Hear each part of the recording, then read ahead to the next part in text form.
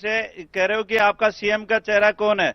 मैं तो आपको कहना चाहता हूं इनके 5-5, 10-10 मुख्यमंत्री के चेहरे हैं, तो 4-5 मुख्यमंत्री तो इनके आधे ये से बड़ी हैं कि खबर आ रही है, 5 बड़ी खबर आ रही है। टोंक से सचिन पायलट पीछे चल रहे हैं। जी हां, शुरुआती रुझानों में टोंक विधानसभा सीट से सचिन पायलट पीछे चल रहे हैं। तो बड़ी खबर इस बीच आ रही है, लेकिन आयुषी गुप्ता का भी एक बार सीधा रुख कर लेते हैं। हमारे साथ हमारे सहयोगी रिजल्ट हब से मौजूद हैं।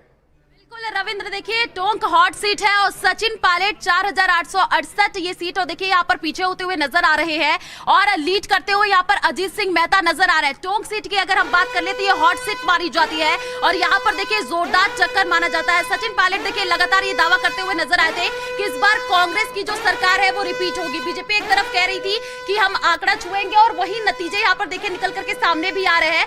196 सीटों का रुझान सामने आ चुका है और बीजेपी 103 का आंकड़ा पार कर चुकी है, यानी 100 का आंकड़ा यहाँ पर पार कर चुकी है। कांग्रेस की बात कर ले तो देखिए 86 और अन्य के खाते में 7। बिल्कुल ठीक है, 103 पर बीजेपी, 86 पर पर कांग्रेस और 7 पर अन्य। सीधा एक बार फिर से रुख करते हैं।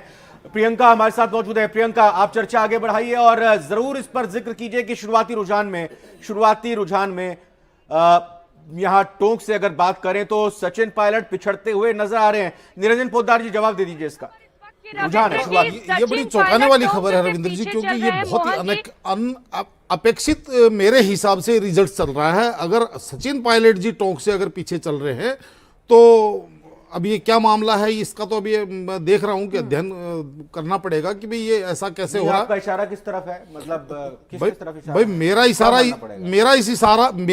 इस तरफ है। इसका मतलब राजनीति